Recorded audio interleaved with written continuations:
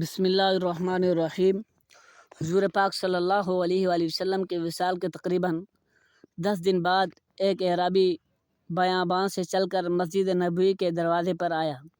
اپنا چہرہ چھپایا ہوا تھا۔ صحابہ کرام جو وہاں موجود تھے انہیں سلام کیا اور حضور صلی اللہ علیہ وآلہ وسلم کے وصال پر غم کا اظہار کرنے کے بعد پوچھا کہ تم میں سے رسول پاک صلی اللہ علیہ وسلم کی وصی کون ہیں؟ حضرت ابو بکر صدیق رضی اللہ تعالی عنہ نے حضرت علی رضی اللہ تعالی عنہ کی طرف اشارہ کیا۔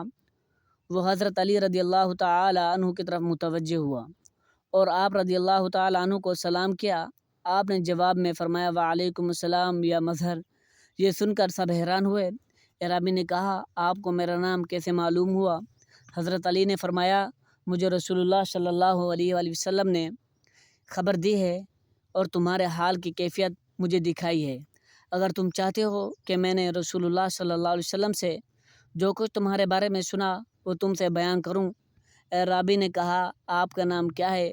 فرمایا علی بن ابی طالب اور میں حضور صلی اللہ علیہ وآلہ وسلم کا چچا زاد بھائی ہوں۔ اعرابی نے کہا الحمدللہ۔ حضرت علی نے فرمایا تم عرب کے ایک مرد ہو، تمہارا نام مظہر ہے، تم نے اپنی قوم کو رسول کریم صلی اللہ علیہ وسلم کی وصیت کی خبر دی تھی۔ حضور کے اوصاف جملہ میں تم نے قوم کو یہ کہا تہامہ میں ایک آدمی کھڑا ہوگا جس کے رخسار چاند سے زیادہ منور، گفتگو شہد سے زیادہ میٹھی ہوگی۔ جو شخص اس کی پیروی کرے گا نجات حاصل کرے گا۔ مساکین اور یتیموں کا والی ہوگا، خچر پر سوار ہوگا، اپنے جوتے خود پیوند لگائے گا، شراب نوشی اور زنا کو حرام قرار دے گا، نہ حق قتل اور سود سے منع کرے گا، خاتم الانبیاء ہوگا، نماز 5 گانہ کی ادا کریں گے اور رمضان المبارک کے روزے رکھیں گے، حج بیت اللہ کریں گے۔ اے گروہ اس پر ایمان لے آؤ اور اس کی تصدیق کرو۔ جب تم نے اس امر کی طرف نہیں انہیں رہنمائی کی تو انہوں نے تیرے ساتھ ظلم و ستم کیا اور تجھے قید میں ڈال دیا۔ پھر جب حضور کریم صلی اللہ علیہ وسلم کا وصال ہو گیا اور تیری قوم کو سیلاب سے ہلاک کر دیا گیا اور تجھے قید خانے سے خلاصی حاصل ہوئی، اس کے بعد تیرے کانوں میں غیب سے یہ آواز پہنچائی گئی اے مظہر بلا شک حضرت محمد صلی اللہ علیہ وسلم کا وصال ہو گیا ہے اور تو ان کے صحابہ کرام میں سے ہے۔ مدینہ منورہ کی طرف جا اور ان کے روضہ انور کی زیارت کر۔ اس طرح تو منازل طے کر کے اب یہاں آ پہنچا ہے۔ اعرابی نے جب یہ ساری باتیں سنی تو ان کی آنکھوں میں آنسو جاری ہو گئے اور کہا اے علی آپ کو اس واقعے کی خبر کیسے ہوئی؟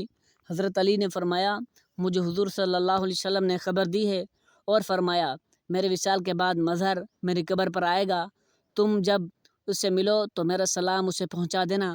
مظہر نے جب حضور صلی اللہ علیہ وآلہ وسلم کے سلام کی خوشخبری سنی تو وہ خوشی سے آگے بڑھ کر حضرت علی رضی اللہ تعالی عنہ کے سر کو بوسہ دیا اور اس کے بعد اس نے حضرت علی سے کہا میں نے آپ سے کچھ سوال کرنے ہیں، آپ مجھے ان سوالات کے جوابات دیں۔ حضرت علی نے فرمایا کہ تم سوالات کرو۔ چنانچہ مظہر نے حضرت علی سے سوالات پوچھے۔ وہ کون سا نر ہے جس کے باپ اور ماں نہیں؟ وہ کون سی مادہ ہے جو بغیر ماں باپ کے موجود ہوئی؟ ایسا سوال جو نہ جن ہو اور نہ انس اور نہ ہی فرشتوں میں سے، جو چوپایوں اور درندوں میں سے بھی نہ ہو۔ ایسی قبر جس نے کبھی قبر والے کی سیر نہ کرائی ہو، ایسا حیوان جس نے اپنے ساتھیوں کو ڈرایا ہو، ایسا جسم جس نے ایک بار کھایا پھر کبھی نہیں، زمین پر ایک حصہ جہاں ایک پتھر سورج چمکا پھر آج تک نہیں چمکا اور قیامت تک نہیں چمکے گا، ایسا پتھر جس سے زندہ کی پیدائش ہوئی ہو، وہ عورت جس سے 3 ساتھ میں لڑکے کی ولادت ہوئی ہو، 2 ساکن جو حرکت نہیں کرتے، 2 متحرک جو ساکن نہیں ہوتے، 2 دوست جو دشمن نہیں ہوتے، 2 دشمن جو دوست نہیں ہوتے۔ شے کیا ہے؟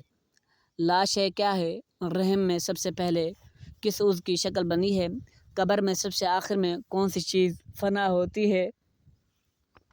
حضرت علی رضی اللہ تعالی عنہ نے ان سوالات کی نہایت ہی تفصیل سے جوابات دیے اور فرمایا جس نر کے بارے میں تم نے سوال کیا جس کے ماں باپ نہیں، وہ حضرت آدم علیہ السلام ہیں، اور وہ مادہ جو بغیر ماں باپ کے پیدا ہوئے وہ حضرت حوا ہیں، اور وہ نر جس کی ولادت بغیر ماں باپ کی ہوئی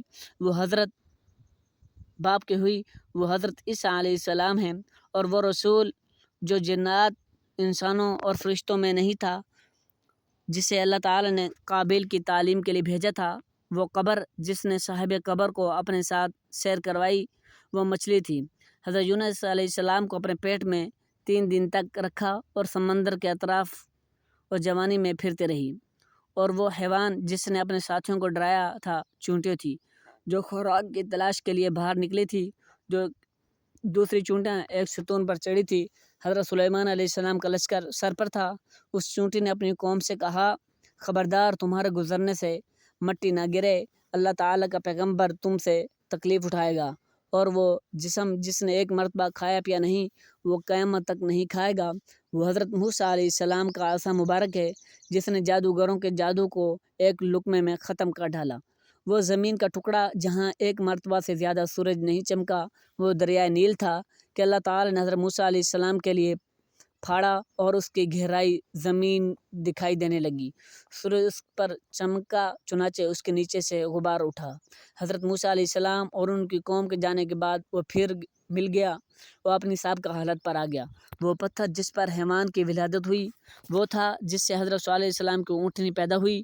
وہ 2 ساکن غیر متحرک زمین اور آسمان ہیں، اور وہ متحرک سے جہاں مراد ایک جگہ دوسری جگہ منتقل ہونا، وہ 2 متحرک جو کبھی بھی ساکن نہیں ہوتے چاند اور سورج ہیں۔ وہ عورت جس نے 3 ساتھ میں بچے پیدا جنا حضرت مریم علیہ السلام تھی کہ 3 ساتھ میں ان سے حضرت عیسیٰ علیہ السلام کی ولادت ہوئی۔ اور وہ دوست جو کبھی ایک دوسرے کے دشمن نہیں ہوتے جسم اور جان ہیں، وہ دشمن جو کبھی ایک دوسرے کے دوست نہیں ہوتے موت اور زندگی ہیں۔ بنی آدم ہے، رحم میں سب سے پہلے جسے اس کی شکل بنائی وہ شہادت کی انگلی ہے، اور قبر میں سب سے آخر میں جو چیز فنا ہوتی ہے انسان کے سر کی ہڈی ہے۔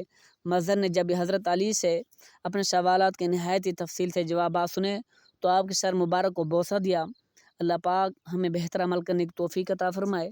اللہ پاک میری اور آپ کی بخشش فرمائے، آمین یا رب العالمین۔ ناظرین کمنٹ باکس میں اللہ تعالیٰ کے 99 ناموں میں سے ایک نام ضرور ٹائپ کر دے۔ جزاکم اللہ خیرہ۔ اللہ تعالیٰ سے دعا ہے اس میں جو کوئی غلطی کوتاہی ہو گئی ہو اپنے فضل و کرم سے معاف فرمائے، آمین۔